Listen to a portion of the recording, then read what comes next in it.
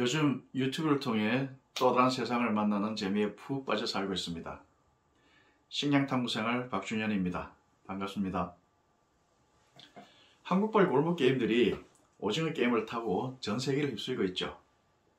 저희 세대에겐 잠시나마 어릴 적 골목 친구들을 생각나게 하고 지금 10대, 20대들이 느끼기엔 저희 중장년 세대가 기억하는 널뛰기, 강강술래 정도의 느낌이 아닐까 하는 생각이 드는데 어떠신가요?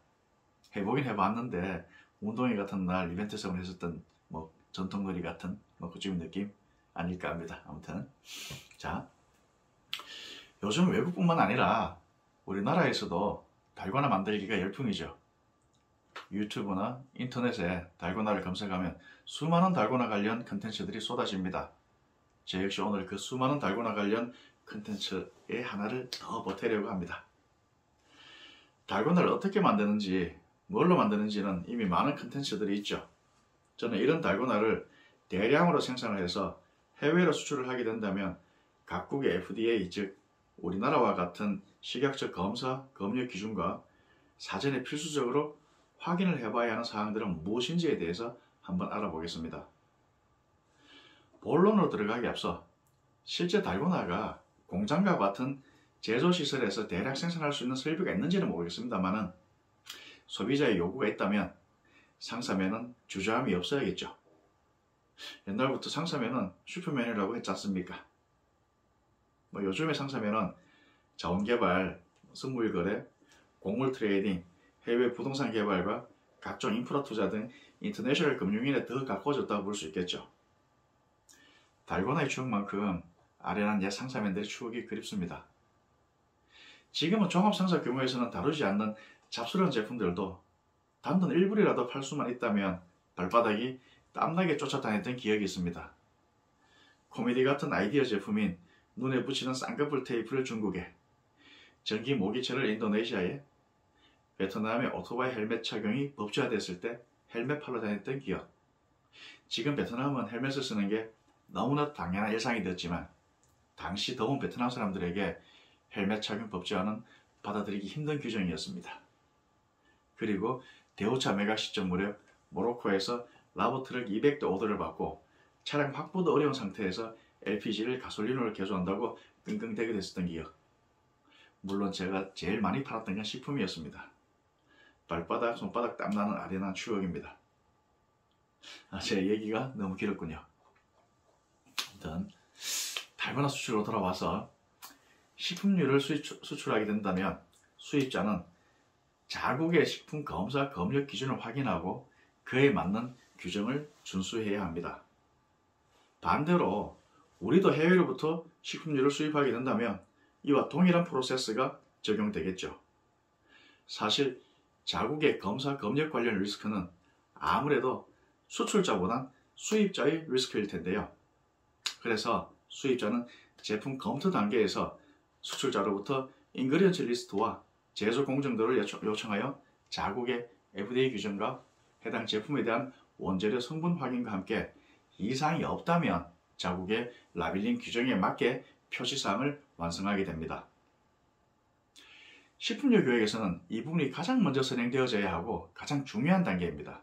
만약 원재료 중 자국의 기준 규격과 맞지 않는 성분 요소가 있다면 해당 제품 수입은 말 그대로 매우 험난한 여정이 시작되겠죠.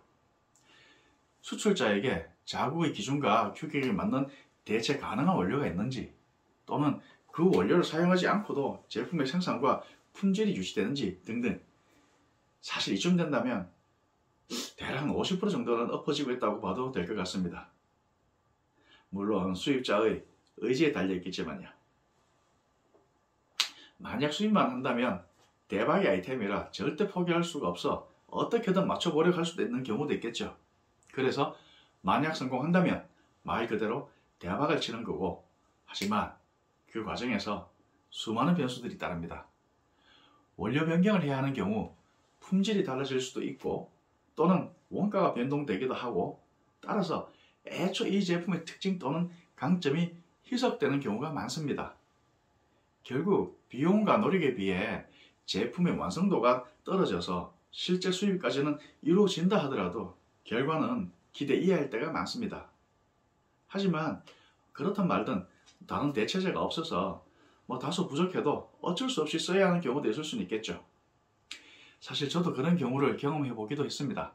하지만 이런 경우 멀지 않은 기간에 개선된 제품이 만들어져서 초기 제품은 시장에서 퇴출되는 경우가 많더군요. 그만큼 비즈니스 현장은 눈에 불을 켜고 기회를 노리는 경쟁자가 부지기수죠.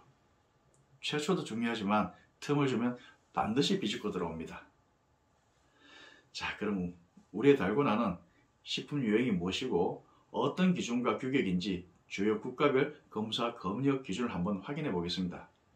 앞에서 잠깐 말씀드렸듯이 자국의 식약처 검사 검역 기준의 확인은 수입자의 몫이지만 우리 달고나 수출자 입장에서도 미리 알아두는 것도 나쁘진 않겠죠. 혹시라도 사용 원료가 적합하지 않다는 것을 확인한다면 미리 대안을 모색해 볼 수 있으니까요. 자, 첫 번째 확인해야 할 부분은 바로 식품의 품목 유형입니다. 품목 유형이 확인되어야 비로소 그 품목의 이름이 생긴 것과 같습니다. 제품명이 제품의 실제 이름이지만 품목 유형은 식품을 구분하게 되는 분류 기준으로서 이름이 부여되는 것입니다. 품목 유형이 결정되지 않으면 식품의 기준과 규격을 확인할 수가 없습니다. 즉, 얘가 누군지를 모르잖아요. 이러한 식품 유형을 확인하기 위해서는 우선 달고나를 만들 때 사용되는 원재료에 대해서 확인을 해야겠죠. 지금부터는 제가 추정하는 달고나의 원재료와 함량임을 미리 말씀을 드리니 감안해 주시기 바랍니다. 달고나의 원재료 함량은 백설탕 99%, 식소다 1%로 매우 간단합니다. 이 중 식소다 1%에는 탄산수소 나트륨이 95%, 옥수수 전분 5%가 복합 원재료로 구성되어져 있군요. 이 정도의 원재료 구성이라면 단순하기도 하지만 흔히 사용되는 식품 원료와 사용상 민감하지 않은 첨가물로 구성되어 있어 크게 어려울 것 없겠습니다. 아마도 한국을 비롯한 대부분의 국가들이 캔디류로 분류를 할 것으로 보여지고 식소다의 복합 원재료인 탄산수소 나트륨에 대한 특별한 사용 규제가 있는 국가들도 없을 것으로 보여집니다. 자, 그렇지만 주요 몇 개국을 예제로 한번 살펴보겠는데요. 먼저 우리나라도 한번 포함시켜 봤습니다.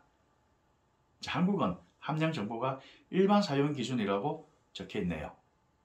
일반 사용 기준이라 하면 식품 첨가물 규정에 등재되어 있으며 식품 중에 첨가되는 첨가물의 양은 물리적, 영양학적 또는 기타 기술적 효과를 달성하는 데 필요한 최소량으로 사용하는 일반 사용 기준이 적용된다는 의미입니다. 기준에 대한 내용은 공전을 참조하시면 되겠는데요. 특별한 사용상의 무리는 없을 듯 합니다. 자, 그럼 두 번째로 미국의 첨가물 사용 FDA 기준을 확인해 보면 GRAS, GMP에 따라 사용이라 확인이 됩니다.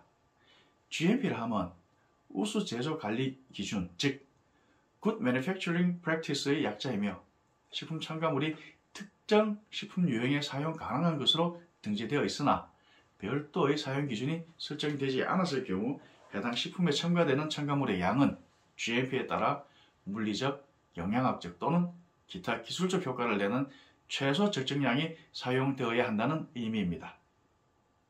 그리고 GRAS라 하면 Generally Recognized as Safe의 약자이며 미국 FDA가 과학적 근거를 기반으로 안전성을 승인함으로써 일반적으로 안전하다고 간주되는 물질을 의미합니다. GRAS 물질은 식품 최대 허용치가 설정되어 있지 않지만 자체 제한량, 즉 Self Limiting Level로 사용량이 제한되기도 합니다. 그리고 그 다음으로 EU에 관해서 확인해 보겠습니다. EU 역시 GMP에 따라 사용이 되지만 이 넘버로 등재된 첨가물만 사용 가능합니다. 그렇다면 이 넘버란 게 무엇인지 그리고 탄산수소 나트륨의 이 넘버가 무엇인지 알아보겠습니다. 이 넘버 또는 이 코드 등으로 업계에서는 부르는데 식품 첨가물에 쓰이는 번호이며 원래는 EU에서 사용되었기 때문에 E라는 기호를 사용합니다. EU 국가들의 식품 라벨에서 흔하게 볼 수 있지만 유럽 국가 이외에서도 식품 라벨링에 많이 사용되고 있고 우리나라는 라벨에 특별히 표기는 하지 않지만은 식약처에 수입식품 신고서를 작성할 때 정확한 구분을 위해 이 코드를 명기하도록 하고 있습니다. 그리고 탄산수소 나트륨의 이 넘버는 E500입니다.